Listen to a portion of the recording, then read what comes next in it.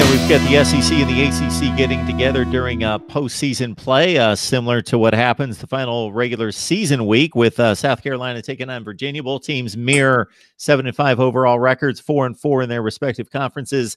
Meeting in Charlotte at the Belk Bowl. We bring in Will Gunter from the all-new early game 107.5 The Game. They're in Columbia, South Carolina to talk about the Gamecocks. Will, how you been? Well, we've been good. We've been good. We're pulling for better weather and a good bowl game type weather, but we're doing well. Yeah, it's almost the entire map's under a deep freeze. It's got to end at some point. It's going to end a lot sooner for you than it does for me, but that's the way that works. But looking at the South Carolina football team, you know, we talked about it a number of times during this Will Muschamp progression of 3 wins to 6-9. Now we're hitting a bump in the road at 7-5. How are most reasonable fans taking it? Well, I think most understand it's a disappointing season. That's what it was. 7-5. You had Florida down by 17 points in the with 17 minutes to go in the late third, fourth quarter. So you had an opportunity there. You actually had an opportunity against Texas A&M. In a game that you rallied from, and so things could be a lot different. I think the Florida game is what stands out. South Carolina was clearly the better team in that game, and yet takes the loss in that game, and so I think that's probably what sticks with fans the most. But it's funny, you've got the loss to Florida by 4 points, and fans are upset about that, want to complain about that, and you got a loss to Clemson by 21 points, and fans walked away from that saying, hey, we made strides. We competed with Clemson by within 21 points. We covered the spread. And so I think most fans are disappointed. I do think that this is an important bowl game for the team that I know that we'll get into, but certainly it's not the season that people expected, which is, hey, it's a credit to Steve Spurrier. 7-5 here in Columbia, it sometimes would be celebrated. In 2018, right now it's looked at as a disappointment. So when you look back at the campaign, Will, what would be those areas on the team that you would think, okay, I didn't expect this much production out of these groups of players, whether it's the linebacking core or it's specific players that you want to point out, versus the flip side? We needed more out of this guy or this unit, and we just didn't get it, and I expected better out of that area of the team this year. Well, I think the end of the season, the offensive output. I don't know if you pointed a player or a position, but the offensive output certainly was impressive, putting up 48 against Mississippi, putting up 35 against Clemson. I mean, even the first half against Florida, again, was as inefficient as an offense as we'd seen from South Carolina. And if you go back, and they had a couple games there where they were able to put up 600 yards, Chattanooga, and then Clemson in back-to-back weeks, something that the university as a whole had not done. And so with all that in mind, I think the offense was an improvement. Now, the defense, listen, it's Will Muschamp. Let's call it what it is. Spade is a spade. Will Muschamp is expected to produce solid defenses. And quite frankly, they did not do that this year. Obviously, there were injuries. We can't deny that. There were some problems there in the secondary. But that's one area that we'll look at this year and say was a massive disappointment. The defense there, especially late in the season, giving up 44 to Mississippi, 56 and 700 yards to Clemson, certainly something that will stick out as a disappointment.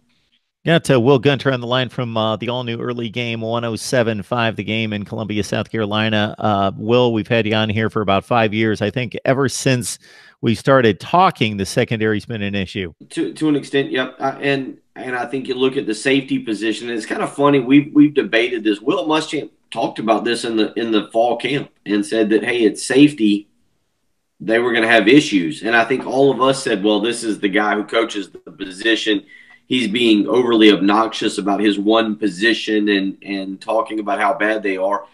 They didn't try to hide this. We as the media tried to say, well, this is like Steve Spurrier coaching quarterbacks. He has such a high expectation for his quarterbacks that nobody can ever meet them. Well, we thought, oh, Will Muschamp has such a high expectation for his safeties that nobody can ever meet them. No, it turns out they really were bad, as he talked about in fall camp, and that we as media just misjudged it.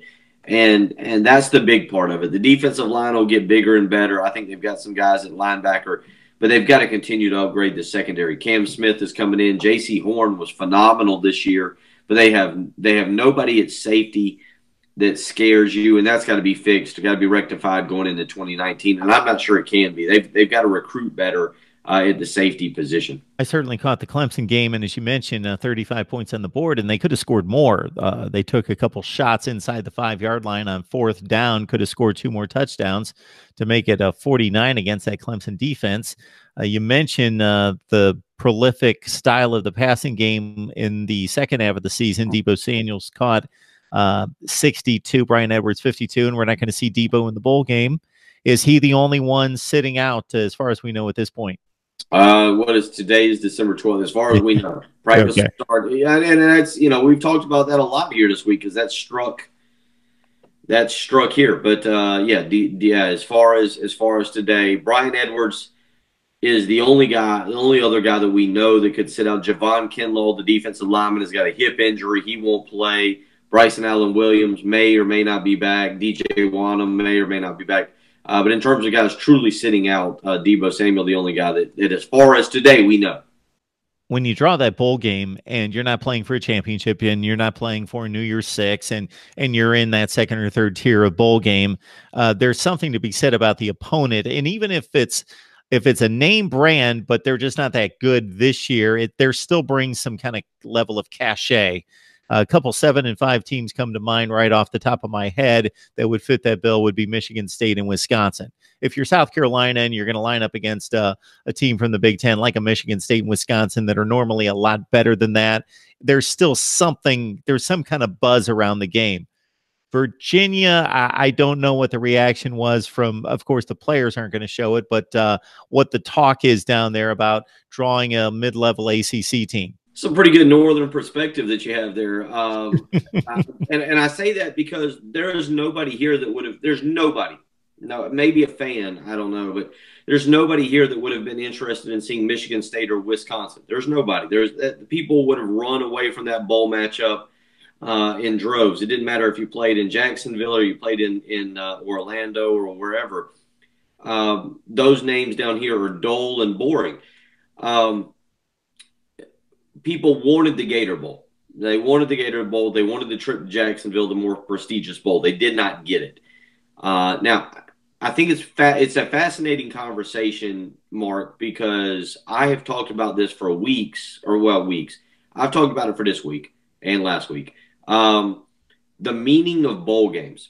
And I think bowl games are meaningless by and large, but I don't think you can use that to quantify everybody. I think there are certain games that mean a lot, certain bowl games that mean a lot. South Carolina's about to play in one. They're going to play in a game where if they win, they go 8-5, and you can sell that versus 7-6. If they'd have gone to Jacksonville, which was the other bowl game, the Gator Bowl, and played NC State, North Carolina State, I don't know if fans would have been as excited, because they played North Carolina State last year. That's a brand. It's not a brand new opponent. You play Virginia, somebody you haven't played since 2013.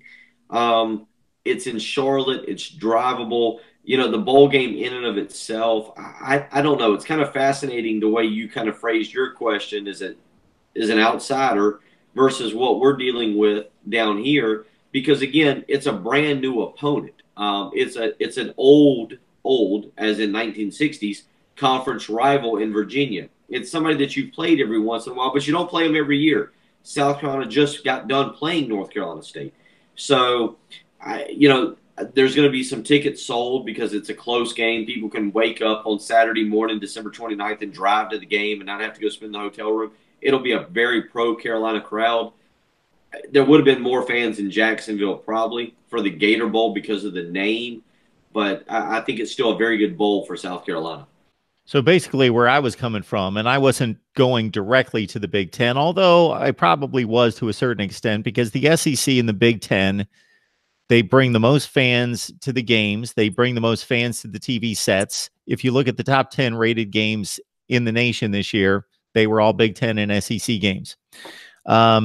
And so I was just searching around for 7-5 teams in my head that usually are a lot better. And I just happened to pick off Wisconsin and Michigan State because, let's take Florida State. They missed a bowl play by a game or two. If they somehow would have reached bowl play, they're a bad football team. They were awful this season. But let's say they would have squeaked in at 6-6. Whoever was going to draw Florida State as an opponent, yes, the actual guys that are playing on the roster and how they play this year is not very good, but it's Florida State. They get the uniform, they get the look, they bring the name with them, and for some fans that means more than the product on the field, the opponent in terms of name, and that's just the only reason I went there. And Virginia, obviously, their level of football success has been one of the worst in the nation in the last 10 or 15 years.